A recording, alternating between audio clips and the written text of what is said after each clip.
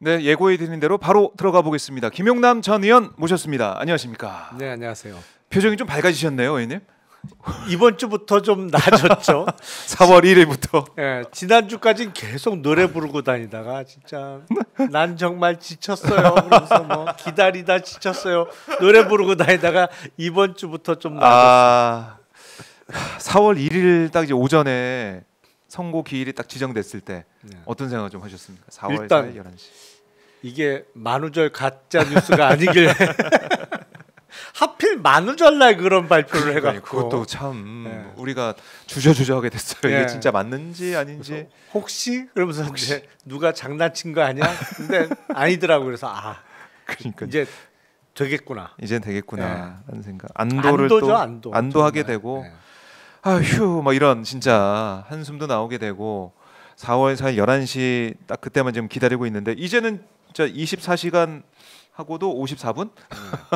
저희가 뭐 이 1분 1초를 계속 세게 됩니다. 얼마 남지 않았는데 결론부터 한번 들어보죠. 어떻게 좀 예상하십니까? 내일 11시 헌재 선고. 헌법과 법률에 따라서 결정이 이루어진다고 하면 8대0 파면 아니겠어요?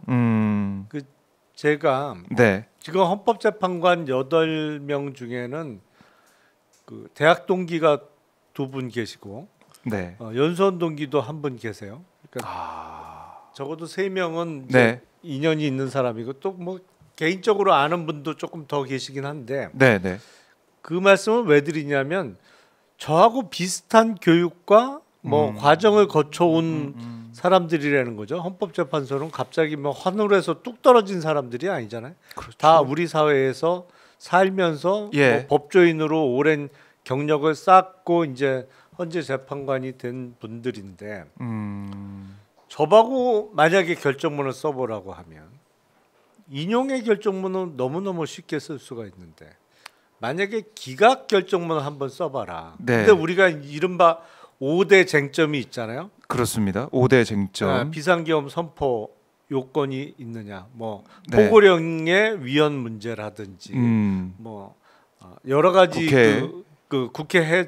국회를 침탈하는 점령하려고 했느냐, 국회 무력화의 문제, 선관위의 군투입 문제, 그리고 정치인. 법관과 정치인들의 체포 시도 문제, 뭐 여러 가지 5개 정도의 쟁점이 있는데 그렇습니다. 이게 사실은 이 5개 중에 하나만 해당돼도 파면 사유인 것이죠. 근데 만약에 기각 내지는 뭐 각하 결정문을 써봐라 못 쓰겠는 거예요 이게. 안 돼. 그러니까 하나 정도 걸릴 수 있는 게 법관과 정치인들을 체포하려고 했느냐. 윤석열은 자기는 지시한 바 없다고 발뺌을 했죠. 네. 근데 가장 그 증거를 보면 노상원의 수첩에 나온 얘기 그리고 뭐 홍장원 차장의 이야기 메모 그리고 그 국회 그 정도인데 그 직접 그러니까 사실 인정의 문제로 윤석열의 직접적인 지시가 없었다고 볼 수도 있을 것 같아요. 유일하게 그 부분 정도 법관과 정치인들의 체포 시도에 대해서는 이제 수사가 제대로 이루어지고 증거 자료가 더 많이 나오면 인정되겠습니다만 현재 심판 단계에서는 뭐 꺄우뚱하는 사람이 있을 수도 있겠다. 요거는 근데 나머지 4개는 너무 명백한 거예요. 그러니까 국회를 그 무력화시키려고 했다. 그리고 포고령 그거는 본인이 얘기했잖아요. 김영희 써왔길래 뭐 어디서 잘못 뺏겨 왔나 보다. 근데 본인이 봤다는 거를 그래서 그 뭐야 통금은 왜 집어넣냐 그랬더니 뭐 그 통금도 필요하다 그래서 그냥 웃으면서 놔뒀다. 그 얘기는 뭐야 다 봤다는 얘기잖아요. 꼼꼼하게 봤다는 겁니다. 아니 그러니까 이거를 인정 안 할 방법이 없어요. 아무리 머리를 쥐어 짜내고 이른바 기교 법학을 동원해서 이른바 이제 법 기술자라고 표현되는 기교를 부려서 이걸 피해 보자. 안 돼. 불가능해요 이게. 불가능하다. 기교법학 법깃을 부리면서 어떻게든 머리를 굴려보려고 해도 그러니까 억지로 짜내려도 어렵고 불가능해 보이는데 이거를 흔쾌히 헌법재판에 내 이름 걸고 이거는 기각이야 이렇게 쓸 수가 있겠느냐? 못 써요. 절대 못 쓴다. 이거는 아무리 뭐 요리조리 피해가면서 그 이제 참 그 법률가 중에 예. 그 잘못된 행태인데 가끔 그런 경우가 나와요.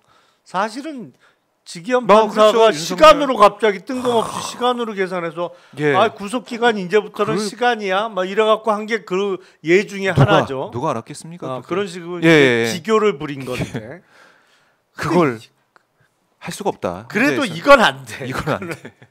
아니 다 봤는데요. 전 국민이 다 두 눈으로 지켜봤단 말이에요. 그러니까 5개가 다 이제 엄중한 사안이기 때문에 하나만 중대성이 인정돼도 이제 파면이다. 그리고 성관이의 군투입은 내가 지시했다고 본인이 얘기를 했고 포고령도 내가 검토했다고 얘기를 했고. 네. 아니 그거를 뭐 어떻게 그리고 한덕수 최상목 다 국무회의 없었어요. 무슨 국무회의가 그날 뭐 국무회의 같은 거 없었어요. 그냥 간담회지. 근데 혼자 버럭버럭 화내다 나갔지. 뭐 다 얘기해놨는데 나 간다 그러고 이제 가서 이제 계엄 발표한 거 아니겠습니까? 이렇게 하나하나 정리가 되는데 그런데 먼저 보수 쪽 극우 쪽에서는 그런 얘기를 해요. 4대 4일 것이다. 4대 4 기각. 4대 4로 뭐 아무것도 안 되는 인용 결정 안 나오는 걸로 갈 수 있다. 뭐 4월 4일이기 때문에 4대 4다 이런 얘기도 있고. 4월 4일에서 4대 4. 4 플러스 4는 8인가? 거기다가 4대 4 기각. 뭐 10시에 선고하면 기각인데 11시에 선고한 건 다 인용됐다. 뭐 이런 썰도 있어요. 왜냐면 박근혜 대통령 때 11시 선고. 계속 10시 하다가 박근혜 때 11시로 노무현 대통령 때 10시 선고. 네. 그래서 11시는 인용이다. 뭐 그런 얘기도 있고. 근데 4대 4는 글쎄 저는 유일하게 이른바 윤석열 수호 집회 하는 분들이 그나마 기각은 차마 주장 못하고 요새 하는 게 각하 얘기를 그 전부터 해오긴 했었죠. 각하 얘기를 했었는데 탄핵 소추 사유에서 내란 죄를 뺀 게 각하다. 이거는 알맹이가 빠졌기 때문에 다시 탄핵 소추가 이루어져야 된다는 주장인데 그게 내란죄라는 단어를 뺐지만 내란 사실상의 내란 행위, 헌법과 법률에 위반한 내란 행위로 구성을 한 거죠. 그러니까 형법상의 내란죄라는 그 단어를 뺀 것이라 그 어떤 소추 사실의 동일성, 뭐 이게 형사 사건에는 공소 사실의 동일성이라는 용어를 씁니다만 이건 탄핵 소추가 이루어진 거니까 소추 사실의 동일성이란 측면에서 크게 변한 것은 없다. 그렇기 때문에 그거 갖고 각하 주장은 전혀 말이 안 되는 건데 우리가 윤석열의 구속 취소 그리고 검찰의 즉시항고 포기 등 워낙 말도 안 되는 일을 최근에 겪다 보니까 뭐 조마조마하죠. 사실 지금도 끔찍한 상상을 다 하는 건데 그건 못한다. 그렇게는 절대로. 그리고 미국에는요. 그 정치나 사회적인 이슈를 놓고 베팅을 하는 돈을 거는 이제 그런 사이트들이 있습니다. 우리나라 이제 폴리마켓이라는 게 가장 많이 소개가 되어 있는데 이게 선거 결과를 놓고도 베팅을 하고 그 지금 우리나라 사안 탄핵과 관련해서도 베팅을 하고 있죠. 지금 한 1,500만 불 이상 배팅을 했어요. 양측에. 이게 3월 달에도 배팅이 걸렸어요. 근데 3월 달에는 뭐였냐? 피청구인 윤석열이 3월 안에 탄핵이 된다 안 된다를 놓고 배팅을 한 거예요. 안 된다에 건 사람들이 5배 벌었어요. 그때만 해도 다 3월에 될 줄 알았지. 맞아요. 3월. 또 그런 사이트가 있었군요. 근데 선고기일이 딱 지정되고 나서 내일 탄핵이 된다 안 된다를 놓고 지금 배팅을 진행 중인데 어떻게 나왔습니까? 탄핵 된다가 60% 넘어요. 탄핵 된다가 60%는 넘다. 자, 그래서 시장 이 배팅 사이트에서도 다 이제 알고 있는 결과일 것이다 이렇게 보시는 건데 윤석열은 지금 어떤 생각하고 있을까요? 윤석열 또 김건희 지금 한 24시간 넘게 25시간 안 되게 남아 있는 이 시점 뭘 생각하고 뭘 하고 있을까? 이것도 우리 좀 궁금하긴 합니다. 제가 보기에는 어디서 봐온 점괘를 철석같이 믿고 있겠죠. 그럴 거요 실제로 과장이 아니고 젊게 믿고 있을 것이다. 그러면은 살아날 수 있다 이런 생각을 할 수도 있다. 본인은 하고 있을 거예요. 어디서 점을 보았겠죠. 예. 가만히 있을 사람들이 아니잖아요. 그렇죠. 그러니까 어디 용하다는 무당이나 뭐 이런 데 찾아가서 점괘를 봤을 거고. 네. 그 점괘가 이제 그 전에부터 그런 소문이 있었거든요. 3월이 되면 운세가 살아난다. 예. 뭐 그런 얘기 있었어요. 예, 들었죠. 예. 그래서 그 3월에 어쨌든 구속 취소는 됐어요. 그러니까. 근데 어디서 점 보고 그 점괘를 믿고 있을 텐데 점이라는 게 반은 맞고 반은 틀리는 거지. 사실은 그거 동전 던지기하고 비슷한 거 아니에요? 맞으면 용하다라고 해서 더 이제 맹신하게 되는 것이고 아니면 뭐 안 된 이유에 뭐 여러 가지 또 뭐 이게 뭐가 안 맞는 게 있었다. 그렇지. 이렇게 또 이유를 또 갖다 대잖아요. 뭐 당신 운은 좋은데 뭐 옆에 있는 다른 사람 운이 안 좋아. 뭐 그 사람을 옆에 뒀어. 뭐 이런 핑계를 만들어내면 되는 거죠. 아유 옆에 이 사람이 있었네. 이 사람 사주가 안 좋아. 이렇게 할 수 있는데 그래서 윤석열을 향해서 사실은 보수 진영이나 이런 데서 그러니까 민주당을 향해서 승복하라는 메시지 내라, 승복해라라고 얘기하는 것은 사실상은 윤석열 향해서도 승복해야지 이런 차원의 압력일 수도 있잖아요. 당사자가 이런 방구 얘기도 안 하는데 뭐 엄격하게 얘기하면 이 탄핵 재판에 있어서는 당사자는 윤석열 한 사람이잖아요. 나머지는 다 제3자지. 물론 국회의 소추단도 당사자. 국회 쪽에. 국회 소추단과 피청구인 윤석열을 제외하고는 다 제3자죠. 제3자가 뭘 승복하고 말고 어디서 당사자가 승복해야 되는 거지. 그러게요. 참 적반하장 같은 상황이 벌어지고 오늘 또 권영세 비대위원장이 아침 회의에서 이재명 대표가 어제 이제 승복은 윤석열이 하는 거다라고 그렇죠. 국민의 목소리를 전했더니 이거 사실상 이재명의 불복 선언이다. 막 이렇게 또 오늘 아침에 얘기를 하던데 이거 좀 국민들이 이거 어떻게 받아들이겠습니까? 국민의힘은 그냥 뭐 끝까지 이재명 대표를 물고 늘어지는 것 같아요. 근데 내일 딱 탄핵 선고가 파면한다라는 주문이 발표되고 나서 국힘이 어떤 스탠스를 취할 거냐. 그 스탠스가 바뀌어야 되잖아요. 어쨌든 내일 딱 11시 이후부터는 파면이 되고 나면 완전히 대선 국면이란 말이에요. 60일 이내에 치러야 되는 거잖아요. 그렇죠. 예, 바로 시작입니다. 지금과 같은 스탠스로는 대선을 포기하는 거죠. 어제 재보궐선거 결과 나왔잖아요. 예상대로 나왔어요. 제가 그랬잖아요. 이 상황이면 TK 한 군데 살아남고 그렇네요. TK고 뭐고 다 뚫린다. 못 살아남는다 국힘. 딱 그렇게 나왔잖아요. 그러니까 민심이 참 엄중하고 무서운 게 수도권도 심판한 거죠. 부산도 PK도 심판을 한 거죠. 거제까지 심판한 거죠. 김천만 남았어요? 김천 한 군데 살아남았잖아요. 그것도 득표율 차가 얼마 안 나더라고요.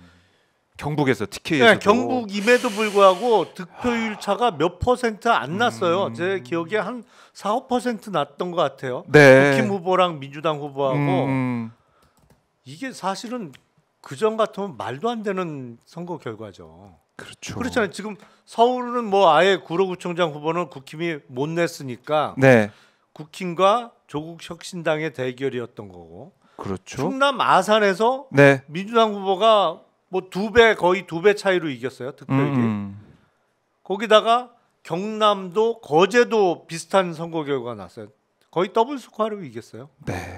부산 교육감 제일 큰 선거는 사실 부산 교육감 선거였죠. 물론 정당 공천은 없습니다만 아니지만 다 알지. 아니고 뭐 전환길이랑 막 가가지고 기도하고 그랬던 거 아니에요 거기서? 어느 후보가 응원하고? 어느 당 성향인지야 다 알고 있는 거죠. 뻔히 아는 거지. 색깔만 봐도 알죠. 무슨 색깔 옷 입고 다니는지. 더군다나 부산 교육감 후보로 나왔던 정승윤 후보는 요 직전까지 국민권익위원회 부위원장을 했고 2022년 3월 대선 때 윤석열 네. 캠프에서 활동을 했던 인물이잖아요. 누가 봐도 이건 국힘 내지는 친윤 후보인 그렇네요. 것이죠. 윤석열 대리인처럼 보였겠죠. 예. 부산에서 20한5% 차이 났을 거예요, 득표율이. 그러니까 지난번에 사실은 우리가 봤지만은 졌잖아요. 진보가 졌잖아요. 그렇죠. 김석준 후보가 졌잖아요. 교육감이 예. 재선까지 했는데 지고 다시 이번에 선거했는데 이번에 이겼다. 그러니까 민심이 확 바뀌었다는 걸 볼 수 있는. 그러니까 2022년 6월 1일 선거였잖아요. 그 3년이 채 안 된 시점에서 제가 보기엔 이번 선거 결과는 2018년 지방선거가 역대 선거 중에는 국힘이 가장 참패한 선거거든요. 물론 총선 기준으로는 작년 선거죠. 2024년 총선이 총선 기준으로는 국민의힘이 가장 참패한 선거입니다만 네. 국회의원 총선거와 지방선거를 통틀어서 따져보면 2018년 지방선거가 제일 참패한 선거예요. 그렇네요. 그러니까 2017년 탄핵되고 나서 네. 그 다음에 당시 홍준표 당대표가 이끌었던 지방선거가 가장 나쁜 성적표를 받은 건데 네. 이번 4월 2일 재보궐선거 결과는 2018년 지방선거보다 결과가 더 안 좋아요. 득표율까지 계산해 보면 예. 훨씬 안 좋아요.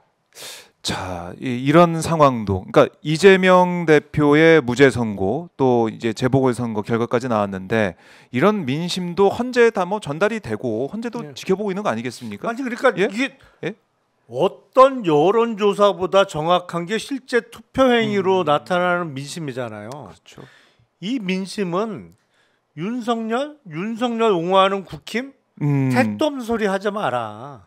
터달라는 얘기 하지 마라. 네. 라는 유권자가 지금 6할이 훨씬 넘는 거예요. 60%를 훨씬 넘는 겁니다. 아하. 그리고 TK에서만 비등비등한 거예요. 뭐 52대 48, 뭐 53대 47 정도의 비율로 네. 조금 이기는 거고 나머지 지역에서는 완전 완패하는 거예요. 지금 국힘의 지금 스탠스로는 TK를 제외한 어떤 지역에서도 당선자를 낼 수 없는 겁니다. 근데 이걸 이제 성적표를 받아 들었으니까 국힘 지도부나 국힘 소속 국회의원들도 다 알아요.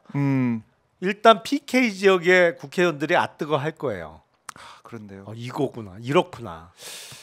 정신 바짝 들겠지. 그러면 이 태세 전환을 해야 될 거 아니에요. 그렇죠. 근데 여태까지 했던 게 있는데 갔던 길이 있는데 어떻게 갑자기 확 돌아와요? 이거 돌리는 거 쉽지 않거든요. 쉽지 않다. 그러니까 그런 것 같아요. 지금 총선이 또 많이 남아 있고 뭐 대선 조기 대선이 있다고 하지만은 총선이 많이 남아 있으니까 시간이 충분하다. 국회의원들은 그렇게 생각할 수 있지. 이게 지금 내년 지방선거 출마 희망자들은 완전히 패닉이겠지. 야 내년에 이거 뭐 나가봤자 안 되겠구나. 웬만한 지역 국힘 후보 구하기 쉽지 않을 겁니다. 그렇네요. 내년 또 지방선거가 있고 하니까 야 그러면 그냥 국민의힘이 이제 무너지는 쪽으로 이제 가고 있다. 그걸 또 이제 헌재 판단 이전에 국민의힘의 내부 사정을 우리가 추측해 보면은 큰일 났다는 생각을 하고 있을 것이다. 우리가 지역구에서 받은 압박이나 얘기는 윤석열 어떻게 살려내라는 거였는데 TK도 뭐 그렇지만은 PK가 장난이 아니네 이런 생각. 그건 그 주변 사람들이니까 그런 거고. 지지층에서만 그랬고 민심은 정말 이렇구나라는 걸 뼈저리게 느끼고 있을 것이다. 원래 재보궐선거는요. 국힘이 압도적으로 유리한 선거예요. 그렇죠. 그렇잖아요. 네, 왜냐하면 맞아요. 재보궐선거는 투표율이 낮습니다. 그래서 뭐 재보궐 때도 그 사전 투표를 합니다만 직장 다니고 이런 사람들은 총선이나 지방선거야 한참 전부터 막 시끌시끌하고 계속 언론에 보도되니까 선거가 있구나. 그리고 내가 본투표 날 못하면 사전 투표라도 해야지 이렇게 생각합니다만 재보궐선거는 본투표는 일단 휴일이 아니고 그러니까 직장 다니는 사람들은 투표하기가 어렵고 그리고 사전 투표도 선거 자체가 있는 거를 잘 모르는 사람들이 많아요. 그래서 그 주로 노년층 분들이 투표율이 훨씬 높기 때문에 그 청장년층에 비해서 네. 그래서 국힘이 압도적으로 유리한 게 사실은 재보궐선거예요. 근데 이 재보궐선거가 완전히 참패하는 결과가 나왔단 말이에요. 이게 그렇죠. 동시선거면 더 졌을 거예요. 더 벌어졌을 거예요.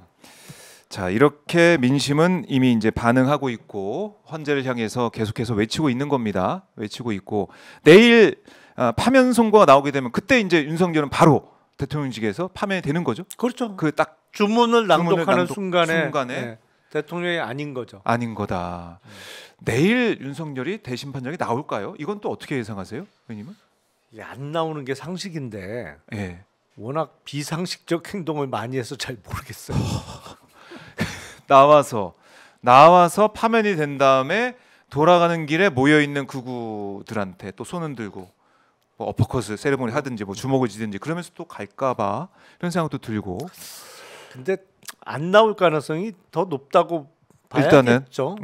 왜냐면 그 뚫고 나오기 쉽지 않을 거래요. 본인도 파면되고 이 대통령직에서 이제 물러나는 상황까지 됐는데 거기서 또 돌아오는 상황도 녹록치 않고. 아니 그러면 일단 대통령 경호부터 풀어야 되는 거 아니에요? 그렇네. 그러니까 들어갈 때와 나올 때의 경호 상황이 달라져야지. 그렇네. 그거부터 확연히 드러나야겠네요. 그럼 뭐 알아서 나가세요 해야 되는 거 아니에요? 알아서 뚫고 잘 나가 보세요. 그런 경우도 안 될 수가 있다. 그런데 여러모로 나오기가 힘든데 직무 정지가 돼 있는 상태에서 파면이 되면 이제 관저에서도 나와야 되는 거 아닙니까? 나와야죠. 아크로비스타로 돌아가야 되는데 박근혜 당시에는 뭐 이제 보일러 고장 났다 막 이러면서 뭐 2, 3일 정도, 이틀 정도인가요? 말미가 있었어요. 이번에도 모르겠습니다. 말미를 꼭 줘야 된다는 그건 조항은 없는 거죠? 없죠. 예. 근데 거기는 뭐 아파트라 보일러 고장 날 일은 없을 것 같고. 예. 근데 그 아크로비스타 입주민들은 고생 꽤나 하시겠어요 앞으로. 그렇네. 주민들은 이웃 잘못 만나갖고 거기 막 다 몰릴 거 아니에요, 계속. 그러니까 거기에 뭐 집회도 이루어질 수 있을 거고, 뭐 여전히 뭐 탄핵 무효를 외치는 사람들도 모일 수 있는 거고. 윤석열 보러 온 사람도 있고 진짜 그러니까 한번 얼굴 좀 보자고 찾아온 사람도 많을 거고. 입주민들은 고생 좀 하시겠어. 그 집값 떨어지겠는데. 그래서 윤석열이 사실은 이렇게 대통령자에서 물러나게 되면은 명태균 건 그러니까 여러 가지 의혹에 대해서는 다 이제 수사할 수 있는 거 아닙니까? 이제 헌법상의 불소추 특권은 없어지는 거죠. 없습니다. 내일 파면된과 동시에 없어지는 거죠. 예. 그러면 이 명태균 건 같은 경우는 어마어마한 사건이잖아요. 공천 장사 의혹인데 여기에 대해서 검찰이 바로 강제 수사 들어가야 되는 거 아니에요? 상식적으로 본다면 상식적으로는 그렇죠. 제 몸통이라고 볼 수 있는 거 아닙니까? 상식적으로는 그런데 일단 심우정 검찰총장도 제가 보기엔 그 직을 유지하기는 쉽지 않아 보이고 직을 유지하는 게 문제가 아니고 지금 사법 처리될 가능성이 높아 보이는데요. 제가 보기엔 공수처에 고발도 됐고 딸 문제도 있고. 그러니까요. 그래서 지난번에 즉시항고를 포기한 게 직권남용 아니냐? 직권남용 아니면 직무유기 둘 중에 하나는 무조건 되는 구조 아니냐라는 견해가 있고 저도 뭐 그 견해에 찬성합니다만 그뿐만 아니라 최근에 불거진 딸 그 특혜 채용 문제 이거 누가 봐도 이상하더라고요. 그러니까 맞춤형 채용을 하기 위한 이 노력이 다 보여요. 그래서 제가 예상해 보면 검찰의 수사검사 단계 내지는 부장급 정도에서 지금까지 보여준 거와는 다른 스탠스를 취하고자 하는 사람이 나오지 않을까. 이제 각자 도생이지. 이제는 사실은 윤석열 풀어준 것도 말도 안 되는데 검찰 뭐 했냐 문 닫아라라고 하고 있는데 일단은 이렇게까지 파면까지 되면은 뭔가 열심히 하려는 사람이 등장할 수도 있는데 일단 윤석열은 내일 파면 그리고 심우정 뭐 끝났다. 끝났다. 날아간다. 그러고 보면 그동안 뭐 검찰총장의 수사지휘권 내지는 이런저런 그 영향력 하에 머물고 있던 수사 검사들이 이제는 각자 도생이다. 책자 필 일은 하지 말아야겠다라고 좀 바뀔 수도 있을 것 같아요. 그래요. 그러면 윤석열에 대한 강제 수사를 포함한 여러 가지 수사가 있을 수 있다. 그럼 구속영장 청구해서 구속을 다시 할 수 있는 것도 가능하죠. 이거는 다른 건으로라도 가능하다. 그리고 사실은 법관 출신들도 그런 얘기 하더라고요. 이거 직권으로 이제 구속을 했었어야 된다. 법원에서. 뭐 직위원이니까 또 우리가 막 바랄 수는 없는 것이긴 한데 지금 직위원 판사에 보면서 직위원 판사 같은 사람이 얼마나 철이 없냐라는 생각을 안 할 수 없는 게 예를 들어서 지금 1심 내란 수계로 재판을 이제 하잖아요. 그러면 선고 시점에는 형량을 내야 될 거 아니에요. 그렇죠. 이거 무죄? 이거 때려 죽여도 무죄 못 써요. 그럼 유죄? 아무리 봐주고 봐줘도 징역 20년이에요. 그러니까 법정형은 사형 또는 무기징역, 무기근거밖에 없지만 이른바 장량감경이라고 해서 이제 많이 봐주면 징역 20년까지는 감형이 가능해요. 그러니까 법률적으로 가능한 건 징역 20년까지란 얘기야. 그러니까 이론적으로 최대한 하더라도 20년인데 가장 경미한 형을 선고하면 징역 20년까지는 가능해요. 물론 뭐 무기징역이나 법정형에 나와 있는 거는 다 가능하지만 사형까지. 그러면 대충 무기징역과 징역 20년 사이에 징역 30년 정도가 유력해 보이는데 무기 아니면 징역 2, 30년인데 아무리 깎아줘도 그거 선고하면서 법정 구속을 안 할 거예요? 예를 들어 무기징역 선고하면서 법정 구속 안 해? 아니면 아무리 봐줘도 징역 20년 내지 30년인데 이거 선고하면서 법정 구속 안 하고 고등법원 가서 다퉈보세요. 저는 몰라요. 법정 구속 안 합니다. 그럴 수 있겠냐 말이에요. 그런 전례가 있습니까? 이런 무지막지한. 없지. 근데 구속되어 있는 피고인에게 징역 30년 무기징역 선고하는 거 그냥 하던 대로 하면 되지. 그렇죠. 구속돼 있는 사람 풀어줬다가 다시 법정 구속시키기 훨씬 어렵거든요.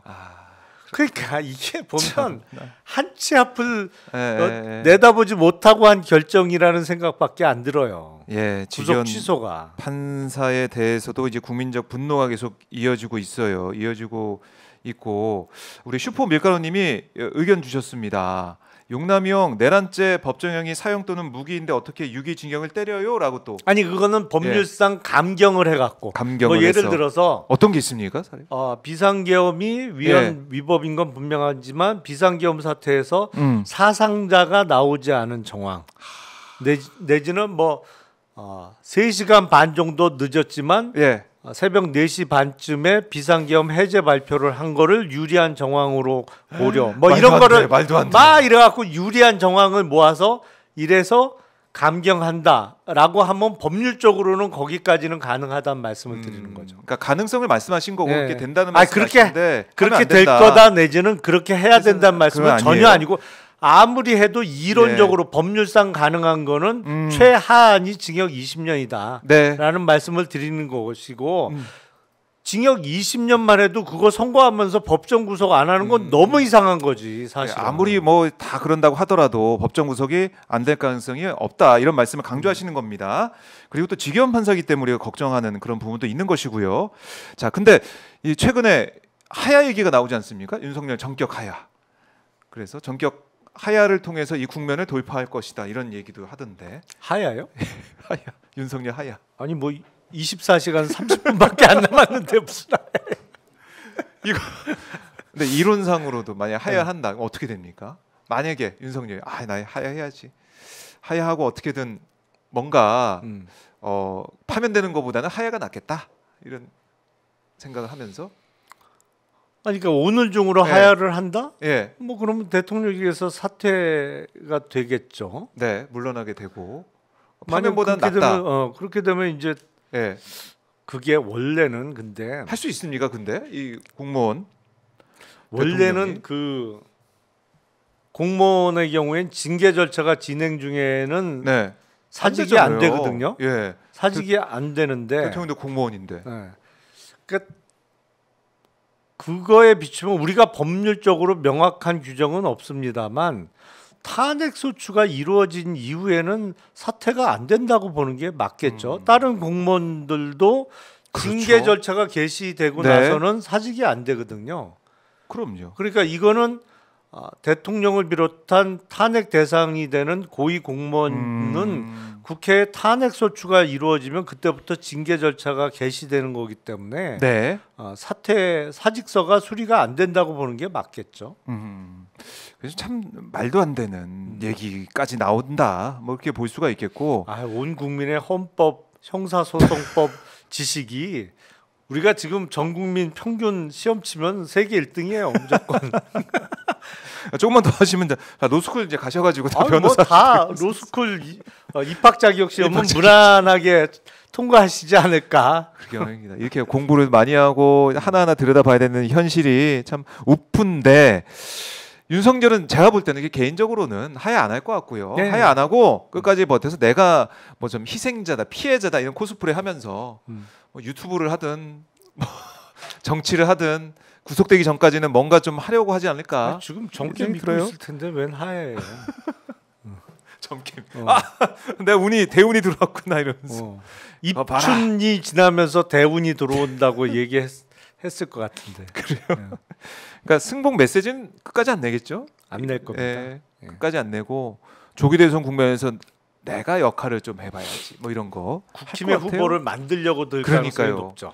그게 내가 사는 길이다 이런 생각할 것 같고. 본인에 대한 사면복권을 해줄 만한 사람을 후보로 만들어서 그 사람을 당선시킬 수 있다라는 또 말도 안 되는 깜찍한 생각을 할 가능성이 높죠. 깜찍한 생각. 깜찍하지는 않고 끔찍한 생각. 그러니까 날 지지한 사람이 이렇게 많은데 야 내가 한번 훑고 내가 누구 지명하고 누구 해야 된다고 얘기하면 누구든 되겠지. 최소한 후보는 되겠지 이런 생각 할 것 같은데 지금 영남의 국힘 의원들이 다 그 생각하고 있던 그러니까요. 거 아니에요. 내 주변에는 다 절대 탄핵하면 안 돼.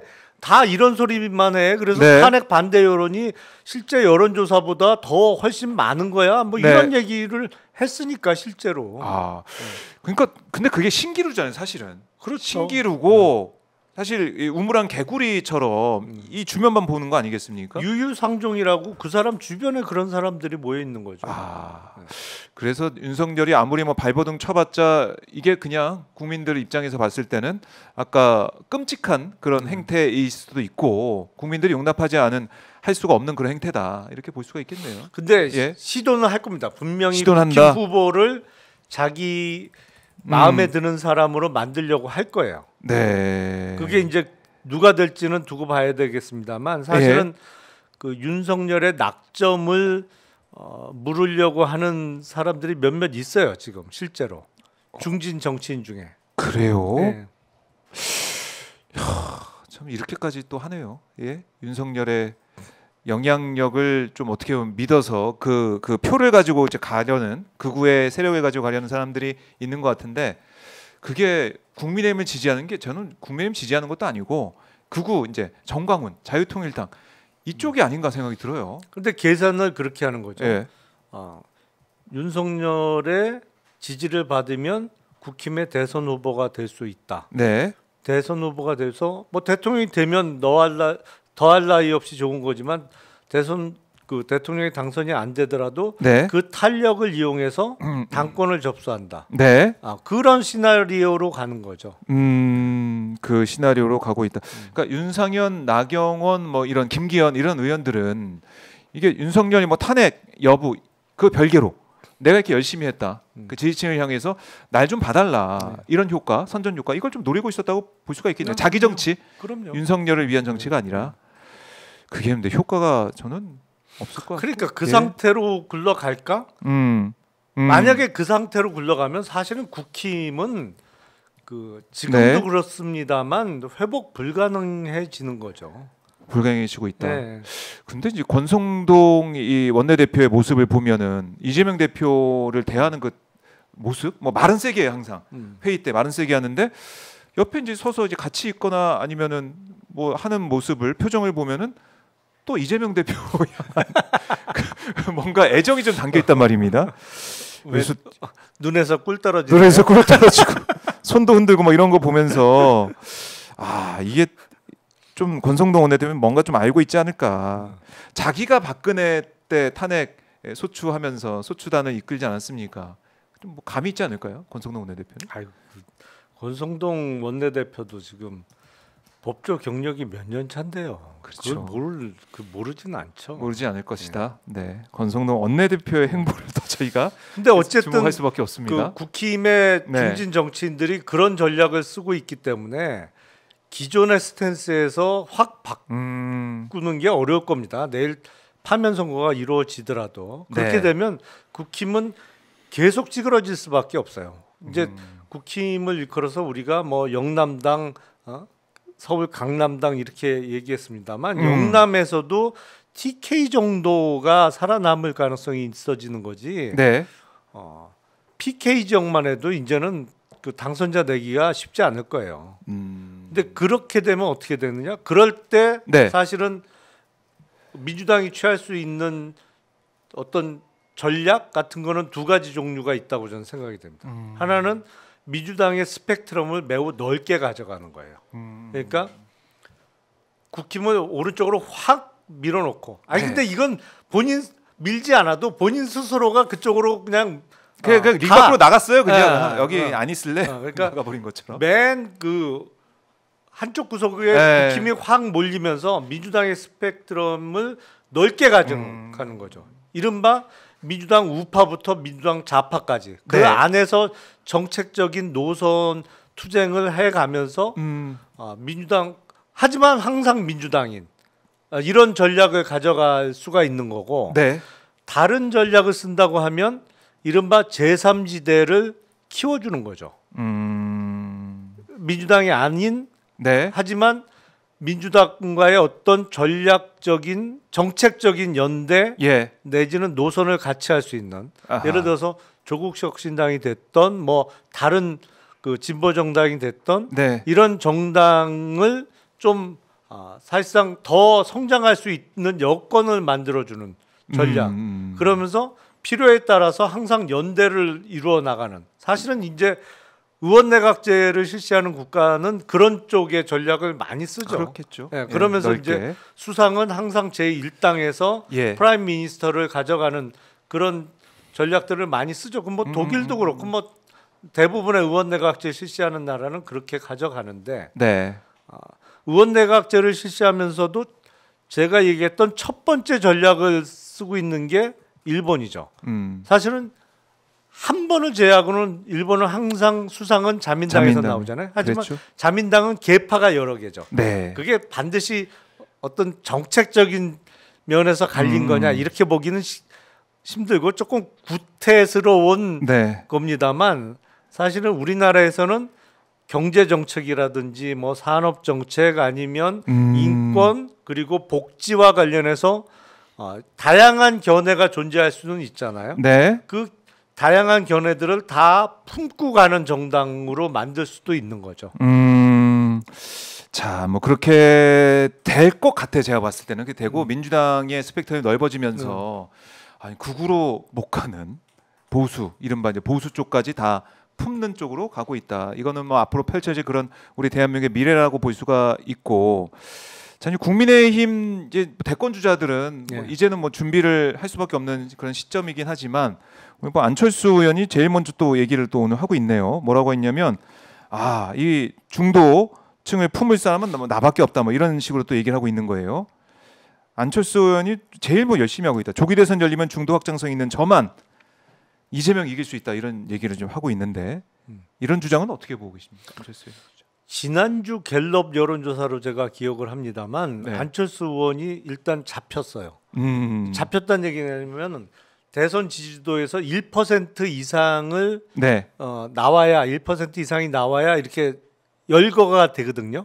아니면 이름 석자가 거명이 안 되는 기타 후보로 들어가는데 안철수 의원이 지난주에 이름이 나왔어요. 오랜만에 1%인가 나왔지 않나요? 제가 봤을 때 어쨌든 1%는 나와야 이름이 나와요. 나오니까, 그러면서 이제 이준석 의원이 기타 후보로 들어갔던데 지난주 갤럽을 보니까 1%가 빠졌어요. 안 나왔다는 얘기죠. 안 나왔어요. 이준석 의원은. 그 안철수 의원은 이제 드디어 탄력 받았다. 뭐 이렇게 생각할 수도 있을 것 같아요. 오랜만에 다시 들어갔으니까. 들어갔으니까 탄력을 받았다라는 거. 그래요. 뭐 안철수 뭐 의원만의 뭐 생각이 있을 테니까 그건 뭐 저희가 또 따로 뭐 언급을 더 이상 하지 않겠습니다. 꿈과 희망을 갖고 네, 하는 거죠. 꿈과 희망을 가지고 있다. 그래요. 자, 이런 가운데 이제 한덕수 대행, 최상목 대행 지금 대행에서 물러났지만은 네. 끝까지 마은혁 이 후보자 임명하지 않았습니다. 네. 이것만으로도 위헌을 하고 그럼요. 있고 헌법을 이렇게 최상부에서 대통령 권한대행 아니 부총리 이런 사람들이 헌법을 다 유린하고 있다는 거 이건 심각한 거예요. 그 심각하죠. 예? 사실은 심각하죠. 예. 물론 예. 한덕수 권한대행에 대해서 얼마 전에 그 탄핵 소추가 기각됐죠. 하지만 그때 탄핵 소추된 사유는 네. 1월 26일 날 헌재 후보자들을 임명하지 않겠다고 공개적으로 선언하고 바로 그 다음 날인 1월 27일 날 탄핵 소추가 된 거예요. 네. 그러니까 사실은 명시적으로 임명 거부를 하고 하루 만에 탄핵 소추가 됐기 때문에 12월에 딱 거기까지가 탄핵 사유였던 것이죠. 네. 27일 탄핵 소추가 이루어진 다음부터는 권한이 정지됐기 때문에 탄핵 소추 사유가 또 추가될 수가 없는 거고. 그렇죠. 그렇기 때문에 기각 의견이 주류였고 김복형 재판관의 경우에는 이게 너무 짧아서 기간의 상당성이란 측면에서 짧아서 이게 위헌 위법이라고 볼 수 없다라는 그 의견까지 냈는데 저는 그 의견에는 결코 동의하지 않습니다만 사실은 네. 1월 26일 날 임명하지 않겠다고 공개적으로 밝힌 순간부터는 명시적으로 위헌 위법인 것이죠. 다만 그 사유가 예. 파면할 정도로 중대한 사유냐에 대해서는 헌재 재판관 의견들이 갈릴 수 있습니다만 정계선 재판관처럼 밝힌 것 자체가 파면 사유다. 그럼요. 하루면 충분하다라는 그럼요. 의견부터 위헌 위법은 맞는데 탄핵 파면에 이를 정도는 아니다라는 주류 의견까지 갈릴 수 있습니다만 지금은 너무 장기간이잖아요. 명백하잖아요. 그리고 명백하죠. 그렇기 때문에 사실은 임명 거부 자체가 네. 탄핵 사유라고 봐야죠. 그리고 네. 최근에 그 상법 거부권까지 행사하는 거 보니까 아유 진작에 탄핵 인용하는 게 맞았다는 생각도 들어요. 그러니까 한덕수 이 대행이 상법 개정안을 거부권 행사하고 또 재벌들도 만나가지고 이거 뭔가 우리 국민들은 버리고 이제 재벌한테만 뭐 그냥 딸랑딸랑 하는 거 아니냐 이런 비판이 나오고 있는 너무 노골적이죠. 노골적이죠 사실. 근데 저렇게 노골적이기도 쉽지 않은데 죄취업을 준비하나 벌써. 그러니까 그 한덕수 권한대행이 평생을 기사 딸린 관용차 내지는 회사 차량에 기관 카드를 평생 쓴 사람이라는 거잖아요. 근데 이제 삶이 얼마 안 남았죠. 근데 뭐 다시 김현장으로 돌아갈지 아니면 어디 재벌 기업의 고문 형태로 갈지 모르겠습니다만 사실상 재취업 준비라고 봐야겠죠. 막판에 거부권 상법 거부권까지 큰 거 해줬다. 큰 거 해줬다. 전과가 있으니까 남은 평생 먹고 살기는 해줘야 될 거 아니냐. 뭐 이러지 않을까 싶어요. 예. 참 한덕수, 최상목, 특히 최상목 같은 경우는 국채 논란이 좀 계속 커지고 있는 거 아니에요? 미국 국채사. 야, 한국 경제부총리가 미국에 투자했죠.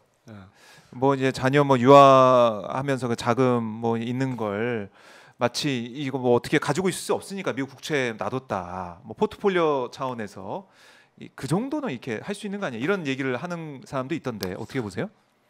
아니 그러니까 공직에 없는 정말 그 민간 회사에 다니는 분이거나 자영업을 하시는 분이다. 그러면 그럴 수 있겠죠. 그리고 미국 주식에도 투자할 수 있겠죠. 근데 명색이 경제부총리잖아요. 대한민국 경제를 이끌고 경제 발전을 위해서 노력해야 되는 사람이잖아요. 그러면 자녀 유학 자금으로 쓰고 남은 달러가 있다. 그것도 뭐 유학 자금 보내는데 환전을 얼마나 많이 해놨길래 그렇게 많이 남았는지 모르겠습니다만, 쓰고 남은 달러가 있자. 백반장부에서 있다. 아니 이 윤석열 정부 들어서 달러 환율이 얼마나 많이 올랐어요. 그렇죠. 달러 환율을 조금이라도 내리기 위해서라도 그 달러를 팔고 원화를 사야지. 그렇네. 내가 경제 수장이고 우리나라 경제를 위해서 나부터 솔선수범하겠다. 달러 팔고 원화 사면서 달러를 좀 낮추겠다. 그렇지. 근데 딱 봐도 달러 계속 오를 거야. 원화가 무슨 돈이냐? 달러 계속 갖고 있어야지. 그리고 대한민국 대한민국 경제 불안하잖아. 내가 경제부총리라 누구보다 잘 알아.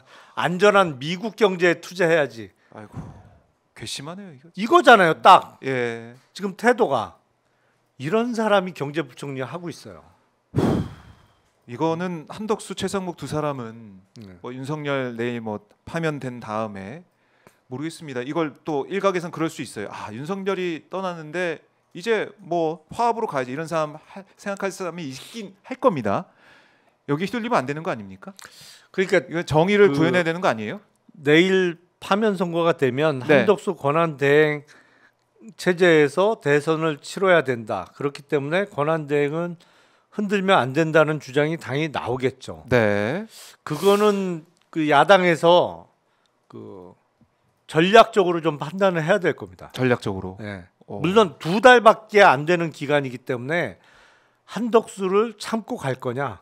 네. 근데 한덕수 탄핵 소추하면 그다음 최상목이기 때문에 또 해야 된단 말이죠. 적어도 하면 2번은 미니멈이에요. 네. 그렇잖아요. 아 이거 둘 다 지금 탄핵 네. 사유가 있는 거잖아요. 그러니까 사실은. 탄핵 사유 있죠. 그건 예? 분명해요. 두 사람도 안 되죠. 분명 있는데 예. 탄핵 사유만 있으면 탄핵을 꼭 해야 될 필요가 있습니다만 사실은 탄핵 사유를 넘어서 범죄 혐의도 상당히 있는 거 아니냐. 그러면 관련해서. 2달은 참고 2달 후에 수사를 통해서 정의 실현을 할 거냐 아니면 그냥 딴 거 정치적인 그 선거에 유불리는 판단하지 말고 법과 정의라는 측면에서만 판단해서 탄핵 소추를 바로 2명을 할 거냐. 네. 그거는 그 야당에서 판단을 해야 되는데 어떻게 해야 될까요? 어려운 문제죠? 어려운 문제로 볼 수가 있는데. 근데 선거는 이기고 봐야 되는 거 아닌가요? 선거는 이기고 봐야 된다. 아니 모르겠어요. 그건 충분히 네. 의견이 갈릴 수 있는 이슈라고 저는 생각합니다. 그건 어느 쪽도 뭐 어느 한쪽이 100% 맞고 한쪽은 네. 틀리다 이렇게 결론 낼 일은 아닌 것 같아요. 뭐 이 고심할 부분이긴 하지만 뭐 그렇죠. 아마 이제 그 국민들 마음, 국민들의 생각은 어떻게 두 사람을 우리가 용인하고 갈 수가 있느냐. 이 정도의 생각을 좀 많이 하시는 것 같아요. 아 이거는 그러니까 진짜 안 된다. 그 분은 안 풀리죠. 예. 근데 이거는 탄핵 소추를 바로 해도 예. 탄핵 결정은 대선 이후에 나올 가능성이 매우 높죠. 60일 이내에 대선이니까 네. 바로 탄핵해도 보니까 지금 대부분 탄핵 결정이 탄핵 소추일로부터 2달 안쪽에 결정 나는 거는 드물잖아요. 그렇죠. 그러니까 정권이 바뀐 다음에 탄핵 결정이 날 거예요.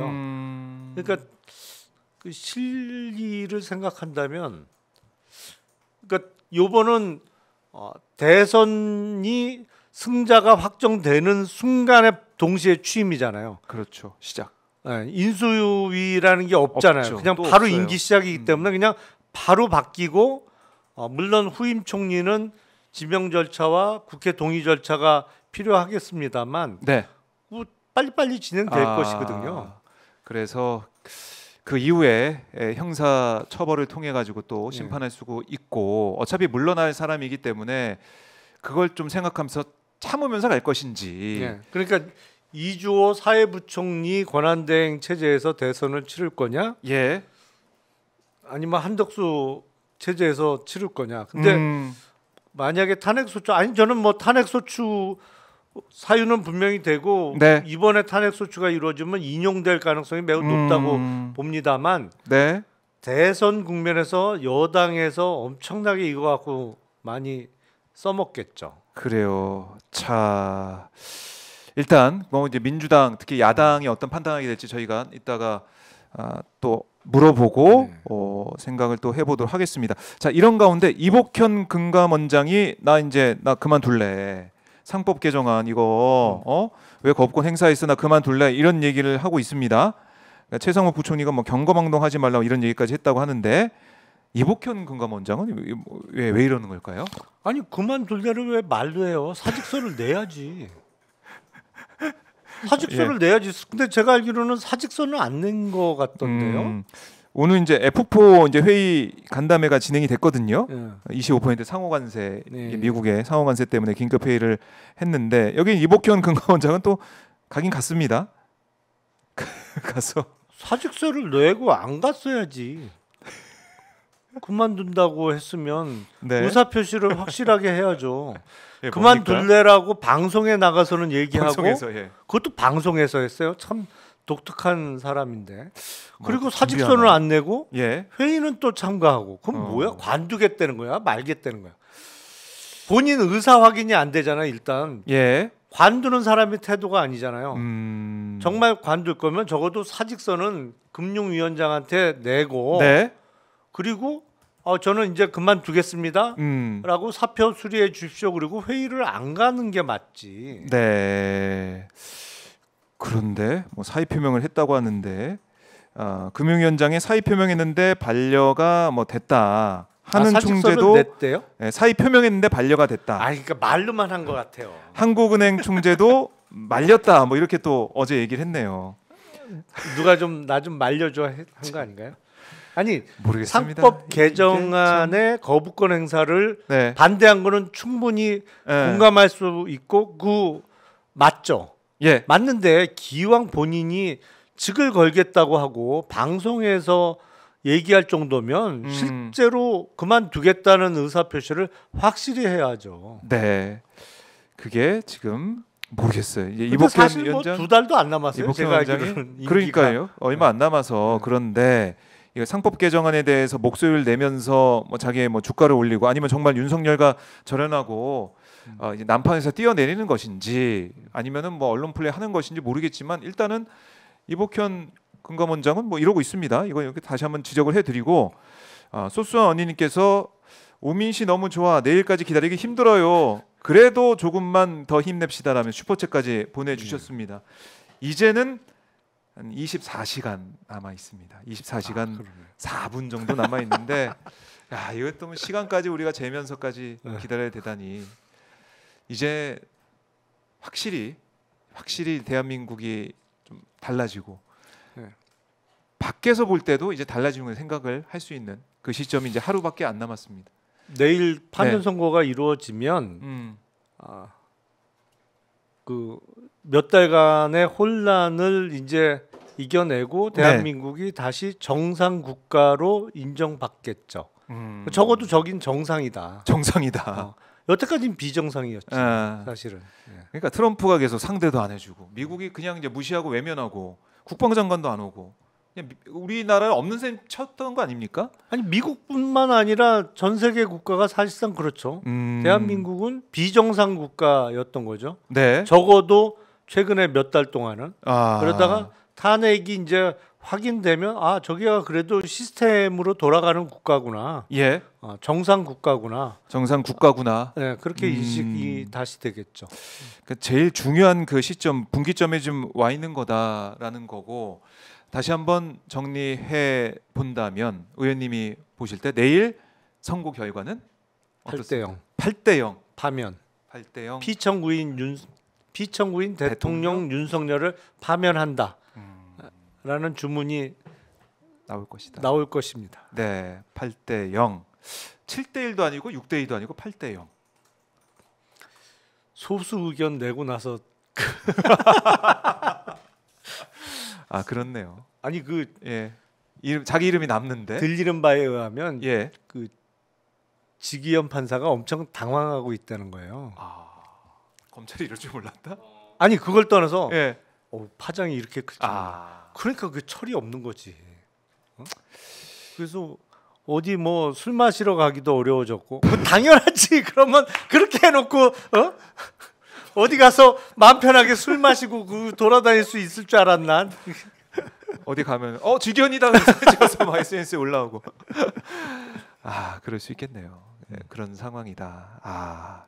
그래서 법관들 올해 이제 법관 자리에 있었던 분들, 그러니까 헌법 재판관이지만 뭐 소장 자리도 사실은 누가 될지 모르잖아요. 남아 있는 것이고 그 이후에 퇴임 이후에도 아무것도 안 할 건 아니잖아요, 그렇죠? 뭐라도 아니 꼭 자리를 생각해서라기보단 그래도 그 한국 사회에서 정상인들과 같이 어울려서 살기 위해서는 정상적인 판단을 해야 되는 거죠. 네. 비정상인들하고 난 살 거야. 이게 난 더 좋아. 하면 그건 어쩔 수 없겠지. 하지만 그래도 상식적이고 정상적인 사회생활을 하는 사람들하고 계속 어울려서 살고 싶다면 정상적인 상식적인 판단을 해야겠죠. 아, 그러게요. 상식적인 판단을 기대하고 기다리겠습니다. 24시간 남아 있고 소소한 언니님께서 오늘 생일이시라고 하시네요. 생일이다. 생일 선물 윤석열 파면 최고의 선물일 것이다. 이렇게 소소한 언니님이 두 번째 슈퍼챗까지 보내주셨습니다. 자, 이제 정말 24시간 앞으로 다가온 윤석열 탄핵 선고 여러분과 함께 기다릴 텐데요. 의원님 가시기 전에 시청자분들께 그래도 또 힘내라 한 말씀 메시지 한번 듣고 마무리하겠습니다. 자, 12월 3일 날 느닷없는 비상계엄 선포 이후에 정말 많이 당황하시고 그 이후에 오랜 기다림의 시간이 있어 왔습니다. 저도 중간에 지치기도 하고 푸념도 하고 했습니다만 여러분 잘 버티고 인내하신 덕분에 드디어 내일 결실을 볼 거라고 확신합니다. 그 이후에 펼쳐질 대한민국의 미래에 있어서 앞으로 해야 될 일이 저도 그렇고 여러분도 그렇고 아직 많이 남아 있고요. 이제는 대한민국의 정상 국가화를 넘어서 선진국으로 다시 발돋움할 수 있는 준비를 저와 여러분이 힘을 합쳐서 해야 될 시간이 왔다라고 생각을 합니다. 여러분 화이팅 하시고 내일 이후에도 계속 우리 의지를 모아서 앞으로 전진해 나가도록 하겠습니다. 감사합니다. 네, 의원님 말씀 잘 들었습니다. 고맙습니다. 네, 고맙습니다. 네.